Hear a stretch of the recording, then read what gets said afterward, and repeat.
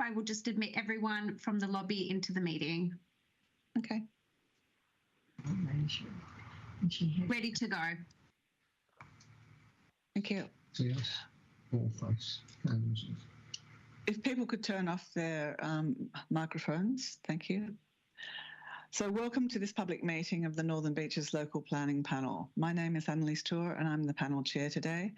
The other panel members are Brian Kirk and Bob Hussey as expert members, and the community representative is Lloyd Graham. Before we begin the meeting, I would like to acknowledge the traditional custodians of the land and pay my respects to elders past, present and emerging. The panel has adopted public meeting guidelines which are published on Council's website. These include that the panel has been notified of each item by Council staff prior to the meeting and undertaken site inspections either independently or electronically. We have three objectors registered to address the panel at the public meeting, and each speaker will be given 3 minutes to speak, whereupon a bell will ring and any extension of time will be granted at my discretion as chair. The panel has been provided with copies of all submissions received in response to the public exhibition of the application and forwarded a copy of all late correspondence. Therefore, there is no need for speakers to repeat points made in your written submissions or that have been raised by previous speakers. Speakers should use respectful language. Defamatory or rude language will not be tolerated. At the end of oral submissions, the panel members may ask questions of speaker to clarify our understanding of what has been said. Public meetings are video and audio recorded. The recordings will be published on Council's website after the meeting. Once all speakers have finished, I will close the public meeting and the panel will move into closed session to deliberate and determine all matters on the public and non-public agendas. The panel's determinations and reasons will be published on Council's website, normally within 2 working days. In relation to item 2 on the agenda, the panel notes that the minutes of the previous meeting of the panel were adopted by the chair, and that the panel and that the meeting and that the chair of that meeting has then posted these minutes on Council's website. In terms of item 3, there are no category 3 applications. Sorry, I didn't do the declaration of interest. Item 1, there are no conflicts of interest to declare in any of the items on the public or non-public agenda. And then in relation to item 4, public meeting items, we've got the DA for 8 Baroona Road, Church Point, alterations and additions to a dwelling house, including a swimming pool. And we've got 3 speakers. The first speaker is Brad Glanville. If you're there. Yes, I'm here. Okay. If you'd like to tell us your concerns. I'm just a little bit concerned as to the impact that houses can actually have on the street itself, because presently at the moment we have a lot of trouble with traffic in the cul-de-sac area where we are. Council trucks can't get up our street, and fire vehicles and ambulances have trouble. So with this, what he's proposing to do with the house is basically it's going to be able to accommodate 7 to 9 people. So he's only going to have like 2 car parking spaces like that he's going to put in on his own property. But the problem that we have is that I don't know how much truth's in this, but we're sort of been led to believe that the house itself will be used as a how can I put it, as like a retreat on weekends, conference thing on weekends. So yeah, and pretty much the whole streetscape will change in the street once he adds another 2 floors to that building. So yeah, I don't know.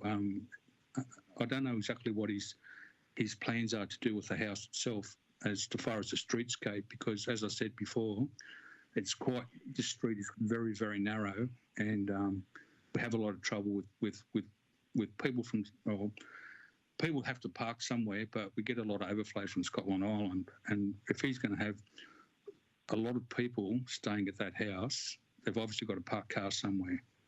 So that's my main concern with a whole lot of it anyway. And that's it. Okay. Any questions from panel members? No. No. Lloyd, have you got a question? No? No, I'm fine, thanks. All right, thank you. All right, so the next speaker is Dennis Smith, and you're speaking on behalf of the owners of 10 Baruna Avenue. Thank you, Madam Chair. Panel members, Dennis Smith's my name. I'm a director of Tomasi Planning, and I represent the owners of number 10 Baruna Road, Church Point. Their property immediately abuts the site, the subject of the development application, and I think it would be reasonable to state that they would be the ones that would be most adversely impacted upon if this development was approved by council.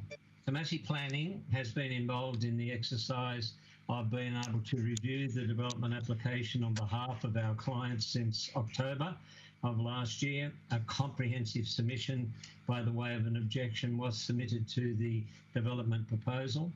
The main grounds of objection was the adverse impact it would have on our clients' views towards Scotland Island, and in particular the Pittwater waterways. It would also devoid them of what they currently have been the interface of water and sand around the actual perimeter of Scotland Island. One of the principal points within the tenacity matters that need to be considered, and interface of water and sand is something which is quite vital, and one which is something which they currently enjoy. There was also the impact of adverse impacts upon their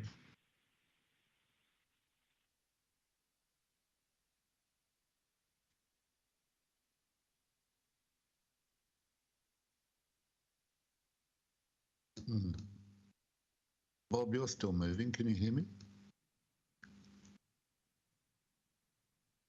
Yes. Everyone else seems to have frozen. Yeah.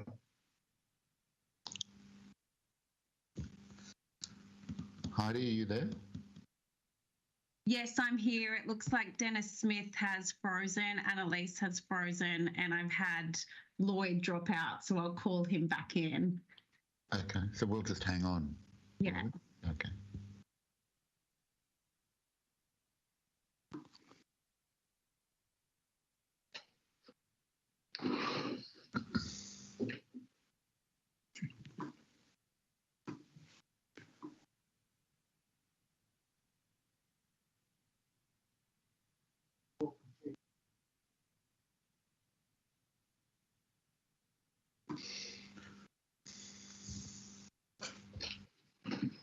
Hi, sorry I wasn't here when you called, but if you'd like to leave your name and tell.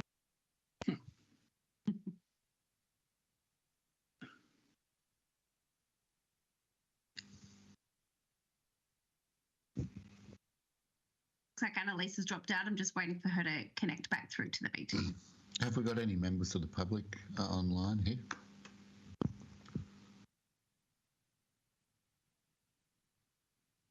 Yes, we do. Brad Glanville is still in this meeting. Yes. Oh, good. Brad. I have Annalise and Dennis back, so I'm just admitting them in now. Okay.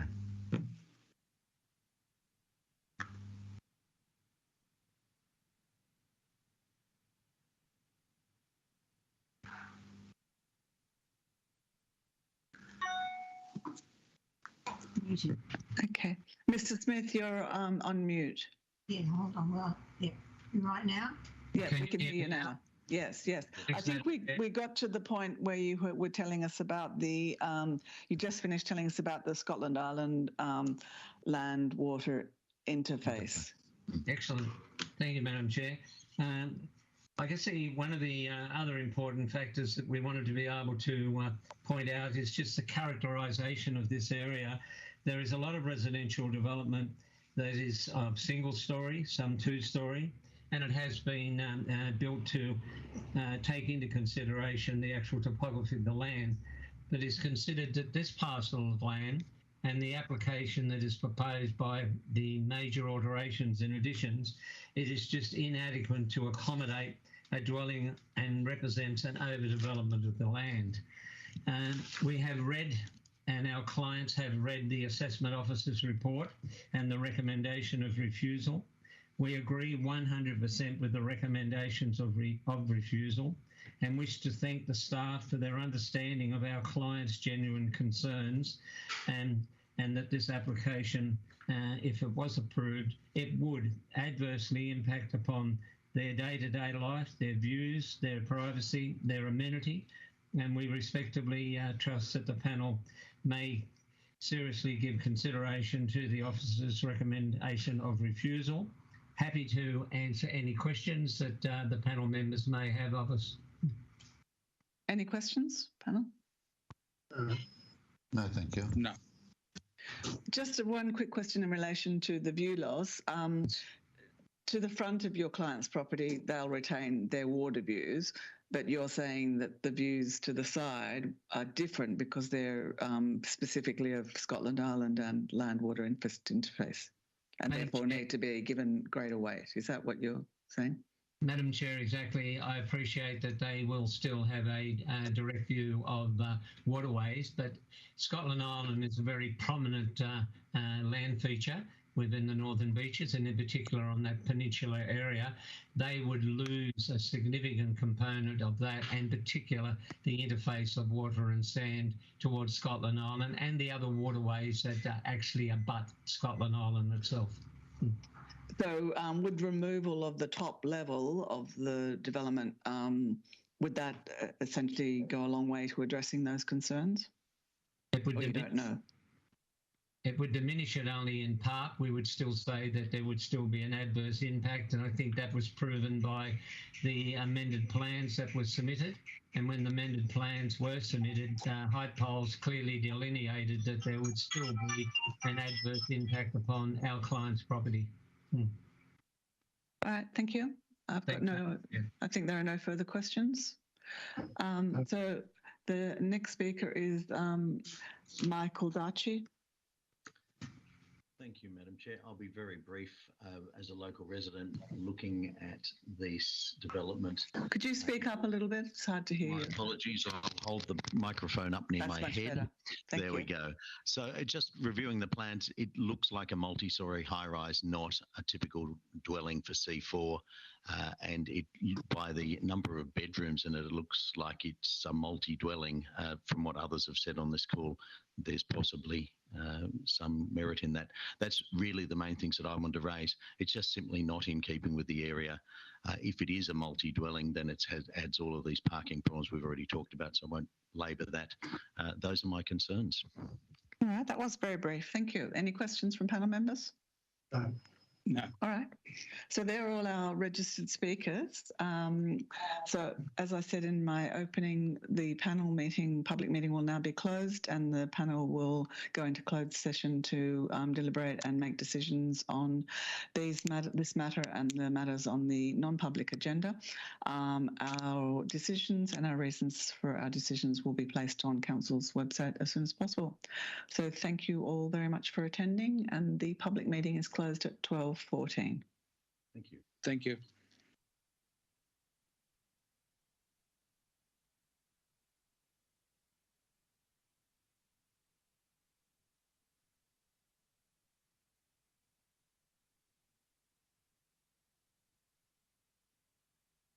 Annalise, could you confirm what time you'd like to go into closed deliberations, and I can inform everyone? So do people want to have a break now or just continue on? Or everyone's gone, have they? It's just you and I now.